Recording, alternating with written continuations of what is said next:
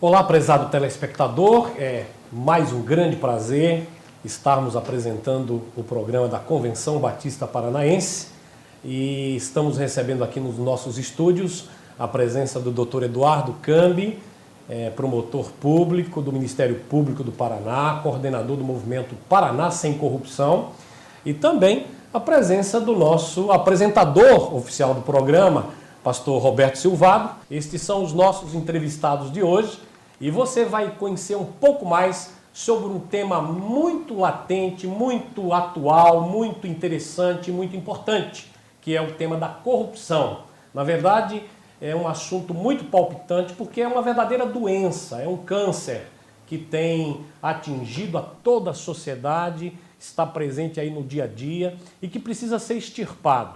E, na verdade, nós vamos debater, conversar um pouco sobre esse tema à luz da Palavra de Deus. Sejam muito bem-vindos, doutor Eduardo Cambi, o pastor Roberto Silvado, aos nossos estudos e ao nosso programa, para tratarmos de um assunto tão importante. Suas saudações? Agradeço o convite, uma feliz coincidência termos aqui dois amigos, o pastor Roberto, o pastor Dorival, e o envolvimento da igreja e da sociedade civil num tema tão caro à sociedade. E como foi bem dito pelo Dorival, é um câncer que atinge a sociedade. E por isso que não é um problema só do Estado, do Ministério Público, mas sim um problema nosso, que tem que ser enfrentado com todas as armas que a sociedade dispõe.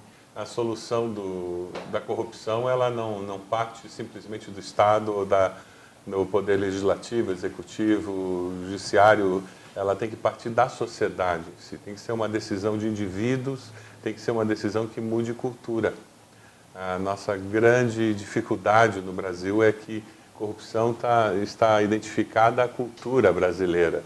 E muitas vezes nós não percebemos que estamos sendo corruptores ou estamos sendo corrompidos porque a nossa cultura faz um disfarce e isso prejudica toda a sociedade no final. É verdade.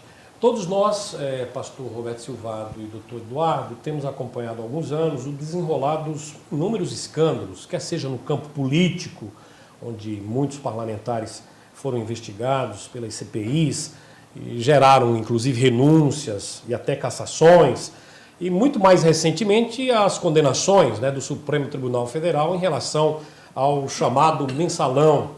Diante de tudo isso e de muitos outros episódios mais que nós temos testemunhado no dia a dia, fica uma pergunta no ar.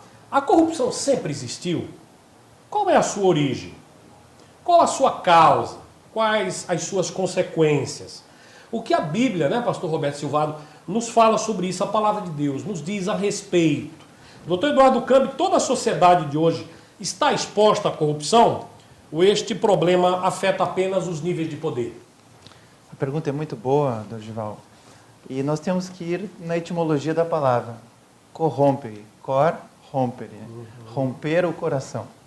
Coração aqui simbolizando o que nós temos de melhor, de bons sentimentos, de amor, que é o que nos une, que dá sentido às nossas vidas.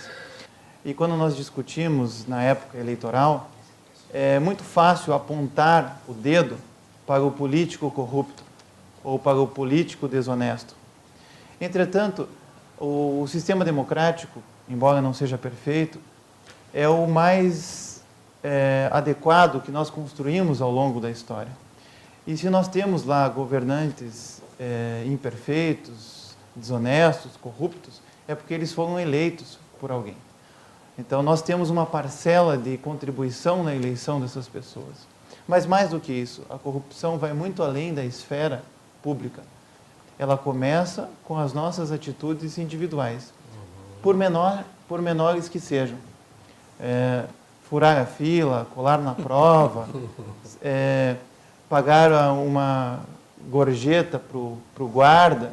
Chamado jeitinho, né? O jeitinho brasileiro sonegar imposto, colocar o veículo, estacionar o veículo na vaga do deficiente físico, do idoso, não sendo portador dessas características, são atitudes pequenas que talvez não corrompam a sociedade em um grau muito elevado, como o desvio do dinheiro público, que não chega nas creches, não chega nos postos de saúde, mas não deixa de ser corrupção. A corrupção é um desvio de comportamento ético. E por isso que quando falamos de corrupção, nós temos que fazer a pergunta, o que nós temos a ver com a corrupção? Portanto, a corrupção não é somente um problema público dos políticos, afeta em maior grau a vida em sociedade quando o desvio do recurso público acaba por trazer problemas para milhares ou milhões de pessoas. Mas isso não significa que nós individualmente não temos que refletir sobre esse tema. Porque viver em sociedade demanda a existência de princípios, de valores. E a nossa Constituição consagra isso, a ideia de bem comum, a ideia de uma sociedade livre, justa e solidária. Para nós conseguirmos atingir esse objetivo, que é o ideal cristão também, nós precisamos fazer essa pergunta. O que nós temos a ver com a corrupção? O que nós influímos na corrupção? E com isso, melhorarmos o nosso comportamento individual e passarmos a acreditar que viver em sociedade não é só necessário, mas vale a pena, e que essa sociedade que está aí não é a melhor sociedade para nós e para os nossos filhos. Se nós queremos fazer essa reflexão e, mais do que isso, construirmos uma sociedade melhor, nós temos, sim, que debelar a corrupção a partir das nossas atitudes individuais. Pastor Roberto Silvado, alguns anos atrás, o Fantástico apresentou uma matéria, uma reportagem muito interessante, onde um médico psiquiatra do Rio de Janeiro, mas em entrevista ao programa, ele afirmou que a corrupção, segundo a visão dele, e pesquisas realizadas ao longo da sua carreira profissional, era uma doença e que boa parte da população brasileira sofria dessa doença, tendo, portanto, que ser tratada sob o ponto de vista emocional e psicológico. Qual é a sua opinião em relação a esse aspecto? O médico tinha que encontrar a doença, né? É uma forma de você fazer alusão à corrupção, né? Eu colocaria mais como uma característica cultural do povo brasileiro. Nós não é que todo brasileiro é corrupto, mas a cultura brasileira é corrupta.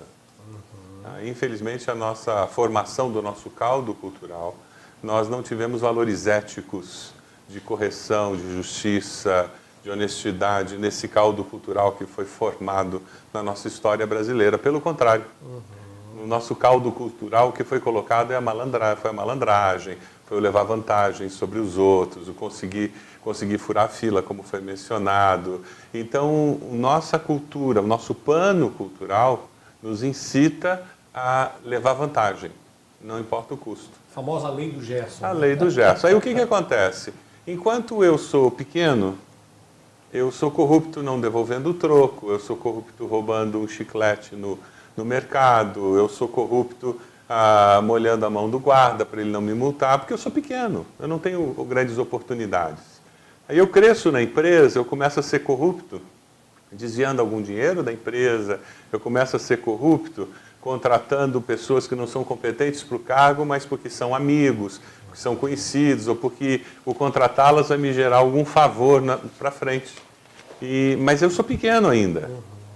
E o que acontece é que nós construímos um sistema político nas nossas câmaras, nas nossas assembleias legislativas e até em Brasília, com pessoas que representam essa população. Não tem diferença. Então, quem está lá não é diferente de quem está aqui. Ou seja, saiu de dentro da própria sociedade. É por isso que nós temos tanta raiva deles. Porque eles são um espelho horrível do nosso pior lado. A pior face do brasileiro aparece nesse espelho que está no meio político, o nosso retrato. O que mostra o lado feio nosso, e nós não temos apenas esse lado. O povo brasileiro é um povo alegre, divertido, empreendedor, tem muitas características positivas, porém, nós temos essa característica que não tem nada a ver com a identidade cristã que nós dizemos ter como povo brasileiro. E é aquela história, é uma característica que destrói a nossa capacidade de viver e conviver em sociedade. Eu acho muito preocupante, só complementando, o fato de você ser honesto ser um defeito. E não uma virtude. E não uma virtude. E a partir do momento que a sociedade se percebe dessa forma, e há um famoso discurso de Rui Barbosa nesse sentido, é muito complicado, porque fazer a coisa certinho, trabalhar corretamente, isso passa a ser um demérito. Quem leva vantagem, o mais esperto, o mais valorizado, e isso realmente não contribui. Ele é o famoso anti-herói, né? E a Bíblia nos fala lá em Gênesis que a corrupção do gênero humano despertou a ira de Deus, levando a uma decisão, que foi a destruição da raça humana com o dilúvio. Não é? Lá em Gênesis, isso de fato aconteceu, está registrado na Bíblia a palavra de Deus. E a pergunta que eu faço, pastor Silvado, ainda para o senhor, é: os níveis de corrupção sempre foram assim? Os níveis, né? Elevados, como estamos vendo hoje em dia? Ou, na verdade, isto é o preço que estamos pagando pela evolução e pelo desenvolvimento da própria sociedade? Eu acho que essa pergunta ela caminha da mesma maneira como algumas pessoas fazem hoje em dia.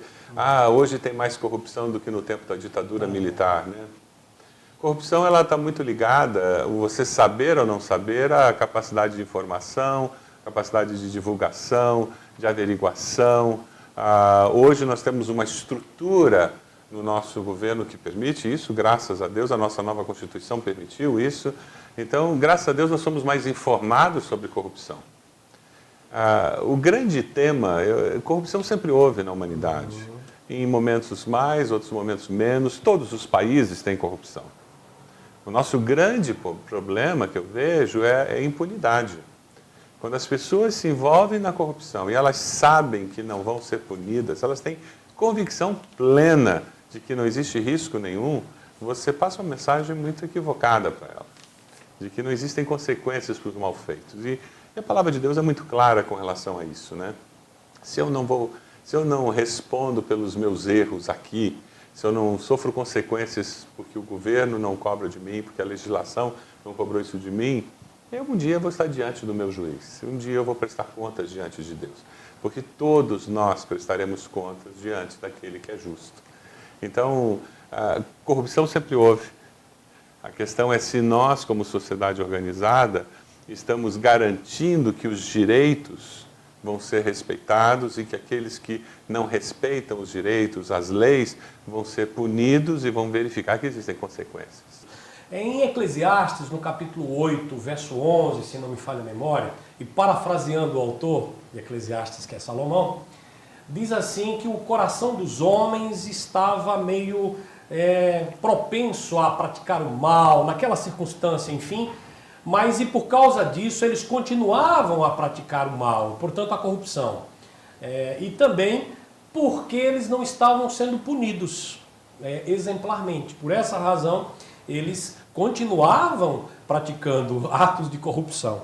E a pergunta que eu faço ao doutor Eduardo Cambi é: o senhor não acha, doutor Eduardo, que o nosso sistema jurídico penal hoje talvez seja muito brando e que talvez a falta de uma aplicação mais rígida de punições, mais ou menos nessa direção que o pastor Silvado até chegou a comentar na sua reflexão, ela não tem inibido a diminuição da corrupção no país? Ou seja, o sujeito pratica a corrupção e daqui a pouco ele não é punido como deveria, né? E aí cria uma espécie de ciclo vicioso. O que o senhor me diz a respeito disso?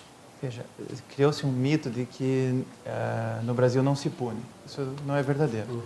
Nós temos uma população carcerária de 500 mil pessoas. Temos a terceira maior população carcerária do mundo. Então, no Brasil se pune muito. Mas quem se pune e o que se pune é a pergunta que se deve ser feita. Se nós fizermos uma radiografia do sistema carcerário, nós vamos ver que muitos lá estão presos por estar importando uma pequena quantidade de droga. Muitos estão presos por serem reincidentes em pequenos furtos. Então, não é que não se puna. E, mais do que isso, esse preso custa muito caro para o Estado.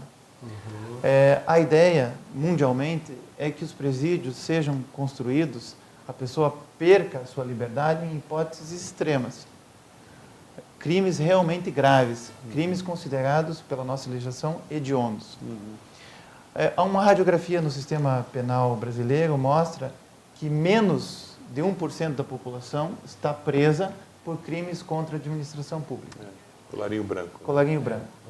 Então, nós precisamos de políticas capazes de reverter esse quadro. Talvez diminuir de um lado a população carcerária, dando direitos a essas pessoas, que O próprio ministro da Justiça, semana passada, disse que preferia morrer ao estar na prisão, o que mostra que o sistema é muito ruim. E quem conhece o sistema prisional, as cadeias das cidades superlotadas, lamentável, sabe que aquelas pessoas também têm dignidade e a dignidade delas não está sendo respeitada. Aqui no Paraná, pasmem os senhores, nós não temos defensoria pública, o que significa dizer que qualquer pessoa que é acusada de crime e não tem condições de pagar um advogado, acaba se sujeitando a uma improvisação de defesa que muitas vezes culmina nas condenações. Isto é desumano. Então, nós estamos ainda vivendo a Idade Média no século XXI. Então, essas distorções. E a quem recai a pena, o direito penal, ele pune muito bem, como forma de controle social, as classes mais baixas, que não têm condições de se defender. Há projetos interessantes no Congresso, como o projeto que prevê transformar crime hediondo os crimes contra administrações públicas, o que implicaria que o início da pena seria no regime fechado. Porque não se iludam, mesmo o José Dirceu, fato notório, que foi condenado a 10 anos de cadeia, o crime não é hediondo, ele tem que ficar 1/6 desse período, 2 anos, nem isso, ano e pouco, fechado. Ou seja, ele, por ter comandado um esquema que desviou milhões de reais dos cofres públicos, punindo toda a população com falta de escolas, faltas de creches, faltas de postos de saúde, ele vai ficar 1 ano e 6 meses. Enquanto que alguém que furta uma bicicleta em companhia com outra pessoa pode, às vezes, ficar o mesmo período, porque é um furto qualificado, com concurso de agente. Então, a questão é, nós precisamos, de um lado, humanizar o sistema penal e discutir com os nossos políticos, com a sociedade, quem deve ser realmente punido. E para quem serve os presídios de alta restrição da liberdade. Porque não se pune pouco. Talvez se puna mal. E talvez se fiscalize mal o cumprimento da pena. Porque a lei tem uma série de brechas e os bons advogados estão aí para converter prisões em privativos de liberdade, em prisões domiciliares, em encontrar subterfúgios para que o processo caminhe para a prescrição ou nunca seja decidido de forma definitiva. A sociedade, nesse sentido, deu uma grande demonstração de que deu um basta. A lei do ficha limpa, que é uma lei de iniciativa popular, ela permite que se puna antes dos tribunais superiores julgar, ou seja, uma decisão colegiada em segunda instância já basta para a condenação. E já fez diferença nas eleições que tivemos, a primeira usando, já dava para perceber na conversa das pessoas a importância do ficha limpa.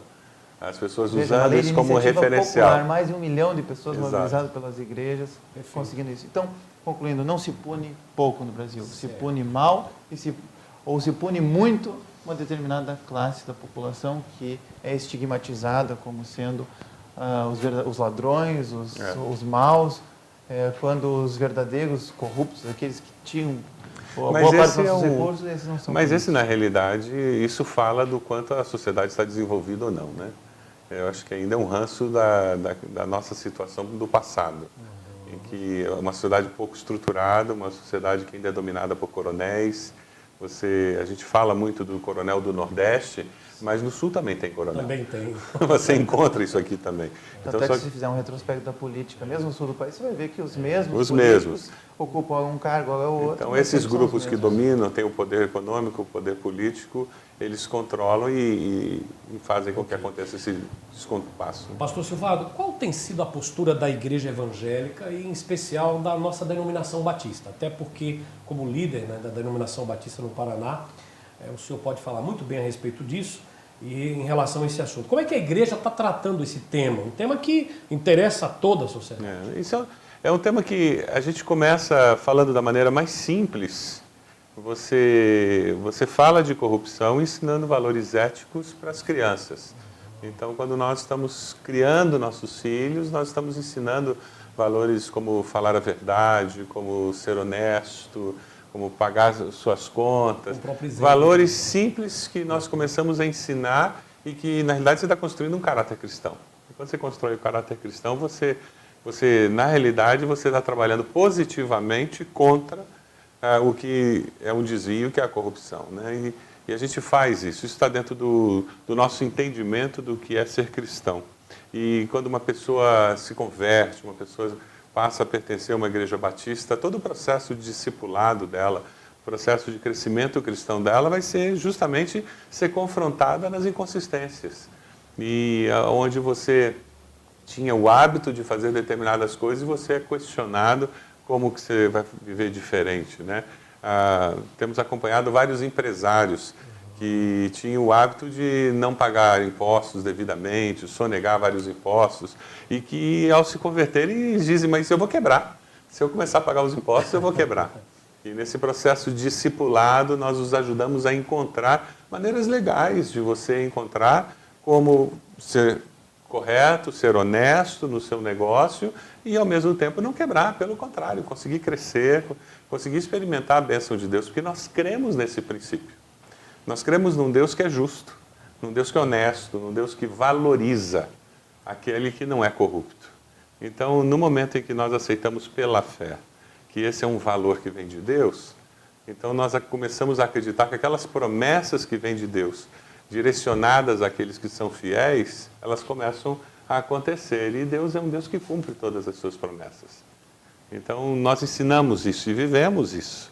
E tenho visto transformação na vida de empresários, na vida de pessoas e valores mesmo, né? Perfeito. Que o Evangelho ele tem esse poder, ele transforma a pessoa do interior para fora.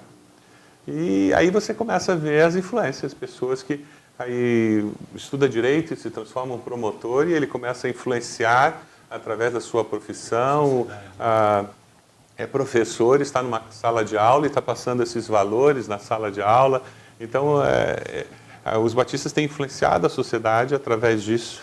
E nós temos procurado em várias situações promover algumas ações públicas, alguns movimentos, procurando impactar a sociedade, dizendo, nós estamos aqui e temos convicções com relação a esses assuntos. Muito bem, uma pena que o nosso tempo está acabando, mas nós agradecemos imensamente pela sua presença, doutor Eduardo Cambi, o pastor Silvado, que é o apresentador oficial do nosso programa, e eu quero agradecer mais uma vez, doutor Eduardo Cambi, pela sua presença, o senhor que coordena no Paraná um movimento muito importante, que está em parceria com instituições sérias como a FIEP, a OAB, as igrejas e tantas outras instituições.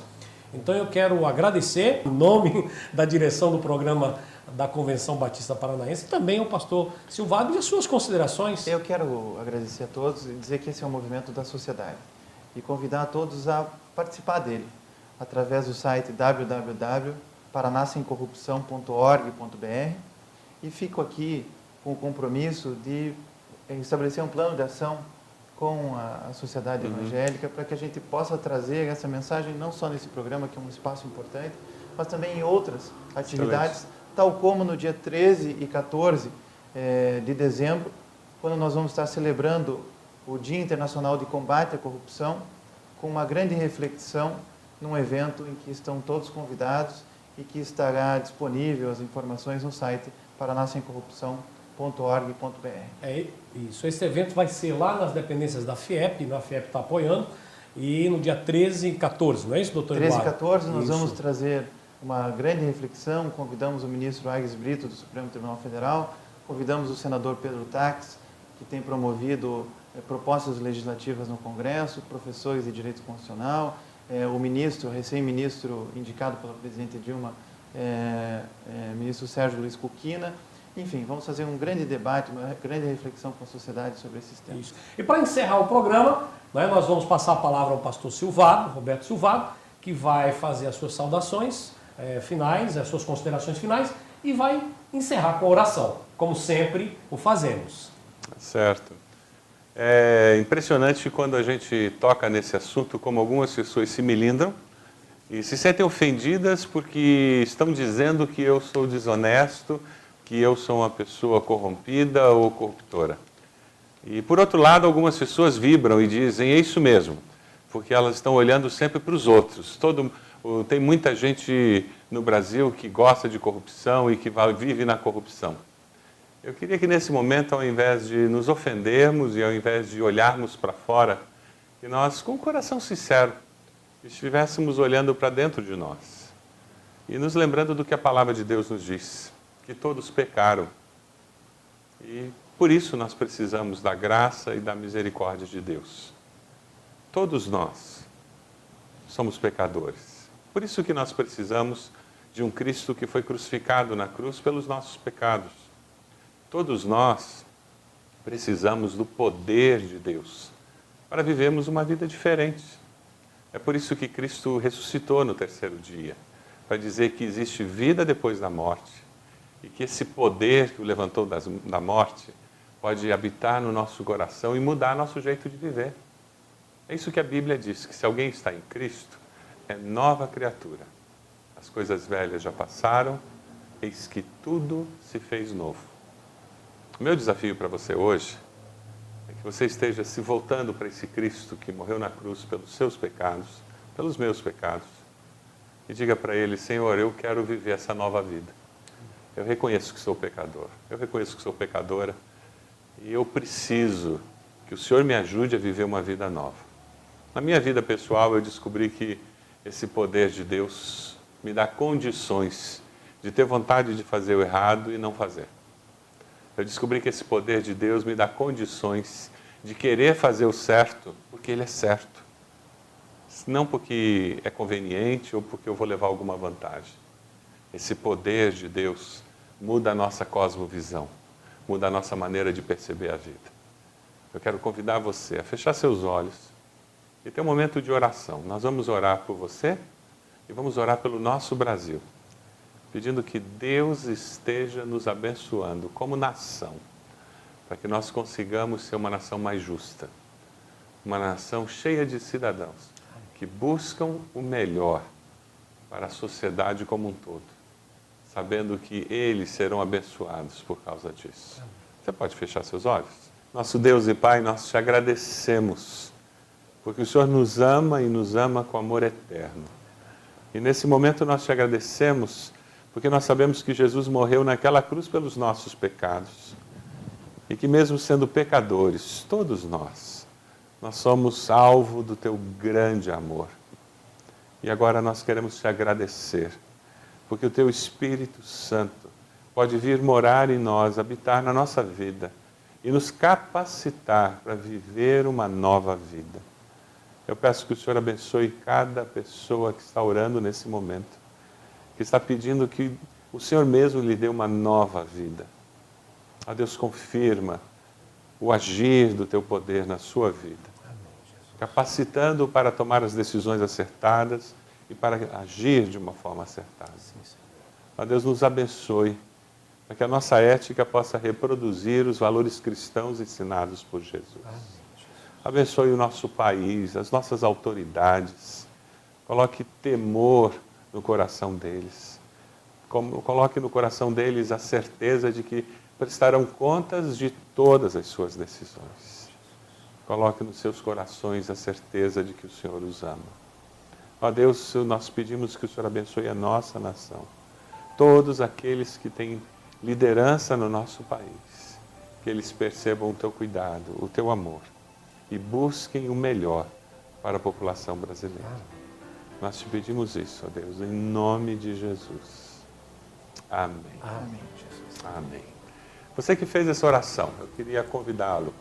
Se você conhece alguma igreja batista aí perto da sua casa, vá até lá, procure o pastor daquela igreja, converse com ele, diga que você fez essa oração.